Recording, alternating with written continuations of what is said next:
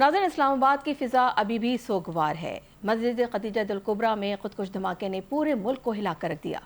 तहकीकात में अहम पेशरफ्त सामने आई, जहां इस्लामाबाद धमाके का अफगान मास्टरमाइंड गिरफ्तार कर लिया गया है और पेशावर और नौशेरा में भी छापे मारकर 4 सहूलतकार भी पकड़े गए हैं।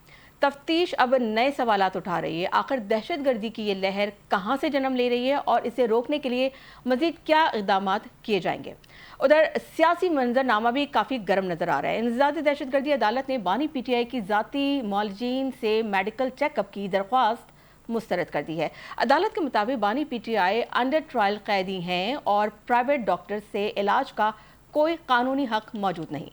फैसल मालिक अदालत में पेश हुए और प्रोसिक्यूशन ने दलाइल दिए। आखिरकार अदालत ने फरीकैन की दलाइल सुनकर दरख्वास्त खारिज कर दी। इसी दौरान बुशा बीबी को अहले खाना से मुलाकात की इजाज़त भी मिल गई। नाज़रीन, महज इंसानी हमदर्दी या सियासी माहौल में किसी मुमकिन नरमी की झलक नजर आ रही है या अपोजिशन भी मुतारिक दिखाई दे रही है। नए इंतखाबात का मुतालबा जारी और फौजी अदालतों से मुतालिक हुकूमत का मौक़िफ़ भी वाज़ेह है। सिक्योरिटी, अदालत और सियासत, आज के प्रोग्राम में हम इन्हीं अहम मौज़ूआत पर बात करेंगे।